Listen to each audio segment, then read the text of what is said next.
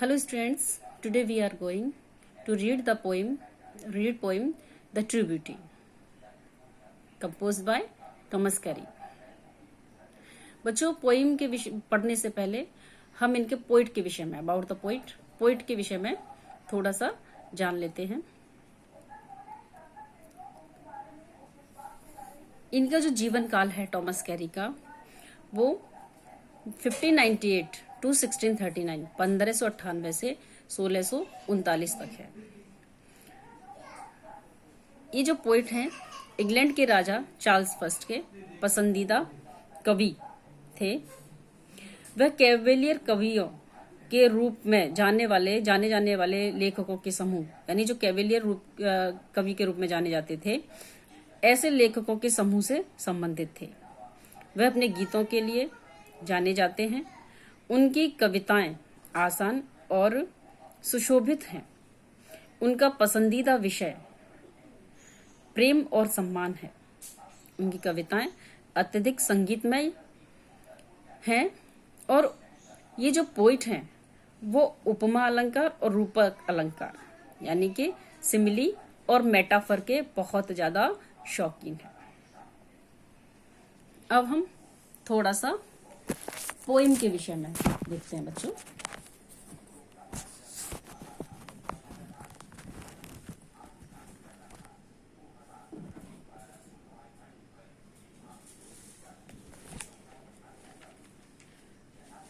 थोड़ा सा पोइम को पढ़ने से पहले थोड़ा पोइम के विषय में जानते हैं कि इस पोइम में जो कवि है वो शारीरिक सुंदरता की निंदा करता है और आध्यात्मिक जो सौंदर्यता है, आध्यात्मिक जो सौंदर्य है उसकी प्रशंसा करता है। क्यों? क्योंकि जो शारीरिक सुंदरता है वो समय के साथ नष्ट हो जाती है और जैसे ये नष्ट होती है उसके प्रेम की जो तीव्रता है वो भी कम हो जाती है, नष्ट होती चली जाती है। जबकि आध्यात्मिक सुंदरता में स्थिरता, सज्जनता और मानसिक शांति निहित होती है। ये जो सुंदरता है वो प्रेमी को प्रेरणा देती है और उसके उत्साह एवं नव को बल प्रदान करती है। कौन सी सुंदरता? Spiritual beauty. Now come to the point. He that loves a rosy cheek. यहाँ कवि कहते हैं कि वो व्यक्ति ऐसा व्यक्ति जो शारीरिक सुंदरता को महत्व देता हो, यानी ऐसा व्यक्ति वह व्यक्ति जो किसी महिला के रोजी चीक्स गुलाबी गालों से प्रेम करता हो और अ कोरल लिप एडमायर्स और मूंगे के समान लाल होठों की प्रशंसा करता हो। मूंगा क्या है बच्चों? एक रत्न है जिसका रंग जो है वो गहरे लाल रंग का होता है। तो यहाँ पर किससे तुलना की है होठों की? कोरल से, मूंगे से। यानी एक ऐसा व्यक्ति जो गुलाबी गालों से प्रेम करता हो और मूंगे के समान लाल होठों की प्रशंसा करता हो और फ्रॉम स्टार लाइक आईज, और स्टार लाइक आईज तारों के समान चमकीली और सुंदर आंखों में क्या खोजता हो? डथ सीक, खोजता हो क्या? फ्यूल, ईंधन। यानी यहाँ पे सुंदरता से तात्पर्य है किस लिए? टू मेंटेन हिज फायर्स, यानी अपने प्रेम को बरकरार बनाए रखने के लिए। क्यों? क्योंकि उसका जो आकर्षण है, जो अट्रैक्शन है वो किसके लिए है? फिजिकल ब्यूटी के लिए है। As old time makes these decay, लेकिन जैसे जैसे समय गुजरता है, जैसे जैसे बुढ़ापा आता है, तो यहाँ दीज किसके लिए कहा है बच्चों?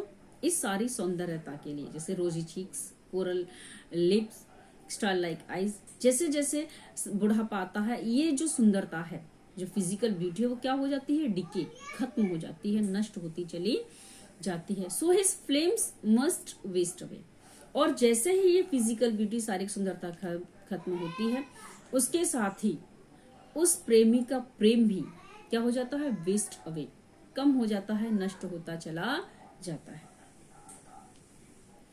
यानी कि इस स्टेंजा में पोइट हमें सचेत करते हैं कि क्या कहते हैं कि शारीरिक जो सुंदरता है वो स्थायी नहीं होती है, परमानेंट नहीं होती है, एवरलास्टिंग नहीं है। कि किसी स्त्री में शारीरिक आकर्षण तो हो सकता है, उसके गाल गुलाबी हो सकते हैं, उसके होठ मूंगे के समान लाल रंग के गहरे के हों, आंखें सितारों के समान चमकदार और सुंदर हों, है ना। ये जो बातें हैं वो किसी भी मनुष्य में प्रेम तो उत्पन्न कर सकती हैं, परंतु जैसे जैसे बुढ़ापा आएगा, समय गुजराएगा, जैसे बुढ़ापा आएगा उसकी जो सुंदरता है वो खत्म हो जाएगी और उस मनुष्य का प्रेम भी नष्ट हो जाएगा। इन लाइंस में बच्चों आपको क्या फिगर ऑफ स्पीच देखने को मिली? मेटाफर और स्टार लाइक आइज यानी कि सिमिली। और यहाँ पर इन लाइंस में टाइम को, समय को क्या किया गया है बच्चों? पर्सोनिफाई किया गया है।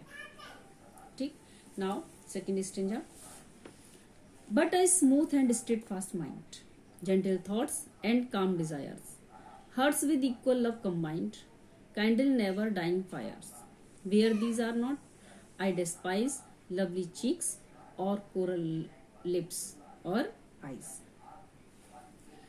तो कभी क्या कहते हैं यहाँ पे कभी मस्तिष्क और हृदय की सुंदरता शारीरिक सुंदरता से कहीं ज्यादा अच्छी बताते हैं। क्या कहते हैं कि जिस महिला में का जो मन है वो कैसा हो? दृढ़ हो, यानी ऐसी उच्च कोटि की महिला जिसका मन दृढ़ हो और निरंतर एक समान, स्मूथ, निरंतरता बनी रहती हो, निरंतर एक समान रहता हो। जेंटल थॉट्स, जिसके विचार सज्जन हो, अच्छे हो, सुविचार हो। एंड काम डिजायर्स, और कैसी डिजायर्स हो? काम, शांत डिजायर्स हो, जो कभी गलत बातों को ना सोचे, है ना, और जिसकी इच्छाएं हर प्रकार की हानि से मुक्त हो। Hearts with equal love combined, शादी और पवित्र हो। Hearts with equal love combined, kindle never dying fires, है ना। उसे केवल मनुष्य मात्र से प्रेम हो, यानी हर स्थिति में वो एक सा प्रेम करती हो और उसके प्रति काइंडल नेवर डाइंग फायर्स, उसके प्रति जो किसी के मन में प्रेम उत्पन्न है हुआ हो, है ना, वो जो स्त्री, किसी के भी मन में जो प्रेम उत्पन्न होगा उस लेडी के प्रति, ऐसी महिला के प्रति, वो कभी भी खत्म होने वाला नहीं होगा, स्थायी होगा, नेवर डाइंग, कभी नहीं खत्म होने वाला होगा। वो निरंतर काइंडल उत्पन्न करेगा प्रेम को। ऐसे सद्गुणों वाली महिला के प्रति जिसके मन में प्रेम होगा वो निरंतर उत्पन्न होता जाएगा, कभी खत्म नहीं होगा, एवर लास्टिंग होगा। वेयर दीज आर नॉट, और जहां पर ये सद्गुण नहीं होते हैं, ये गुण नहीं है ना, आई डेस्पाइज, तो मैं घृणा करता हूँ, लवली चीक्स और कोरल लिप्स और आईज, मैं घृणा करता हूँ उन गुलाबी गालों से, मूंगी के समान ओठों से और उन चमकदार आंखों से। यानी कभी क्या कहना चाहते हैं कि यहाँ पे कभी बताते हैं कि जो मस्तिष्क, मन की जो सुंदरता है, हृदय की जो सुंदरता है, वो शारीरिक सौंदर्य से अधिक है, स्थायी होती है ना। शारीरिक सुंदरता के बारे में पोइट पहले ही बता चुके हैं। अब वे ऐसी स्त्री के संबंध में बता रहे हैं जिसमें अच्छे गुण हों, अक्षय गुण निहित हों। एक उच्च कोटि की स्त्री का मस्तिष्क, जो मन होता है बच्चों, वो स्वस्थ और दृढ़ होता है। उसके मन में कभी भी गलत बातें नहीं आती है, वो अच्छे विचार सोचती है, अच्छे विचारों वाली महिला होती है। उसकी इच्छा हमेशा शांत रहती है, सादा और पवित्र होती है और उसे केवल मनुष्य मात्र से प्रेम होता है। स्नेह एक समान, हर स्थिति में समान स्नेह रहता है और उसके प्रति जिस भी व्यक्ति में स्नेह उत्पन्न होगा वह कैसा होगा? स्थायी होगा, एवर लास्टिंग होगा, समय के साथ वो खत्म नहीं होगा। और जिस स्त्री में ये सद्गुण नहीं होते हैं वो इस स्त्री को पोइट कैसा मानते हैं? घृणा के योग्य। फिर चाहे वो स्त्री कैसी हो, सुंदर ही क्यों ना हो।